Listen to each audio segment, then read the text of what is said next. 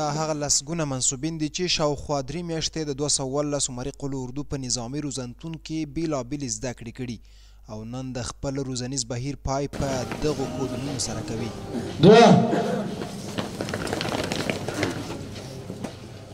د یادې قل اردو د مسؤلینو په خبره فارغ شوو سرتیرو ته په عقیدوي، فکري او نظامي برخو کې ګټورې زده کړې ورکړي او پر وینا یې چې دوی به وکولی شي په ښه توګه له هیواد او خلکو څخه ساتنه وکړي.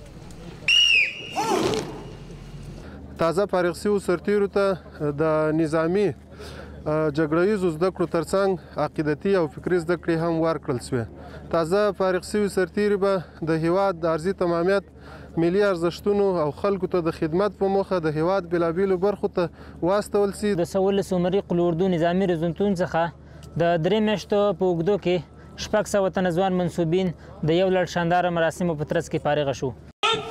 د دې سره فارغ شوي سرتیري وایي دوی د 3 میاشتو په اوږدو کې بېلابېلې ګټورې زده کړې کړي او خلکو ته د هغوی د سر او مال د لا خوندیتوب په برخه کې ډاډ ورکوي.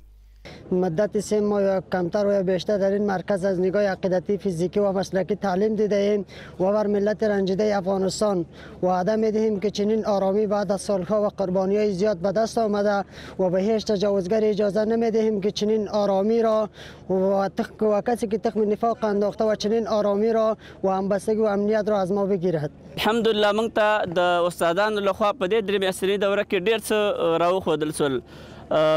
عقیدتي درسونه ول او همدارنګه نظامي درسونه ول. الحمدلله موږ په خپل ځان کې ډېر زیات تغییرات وینو. د 214 عمري قل اردو له نظامي روزنتون څخه دغه 600 تنه ځوان منصوبین داسې مهال فارغېږي چې له دې وړاندې هم په 2 بېلابېلو دورو کې د دغې قل اردو له نظامي مرکز څخه زرګونه نور د اسلامي اردو سرتیري فارغ شوي وو.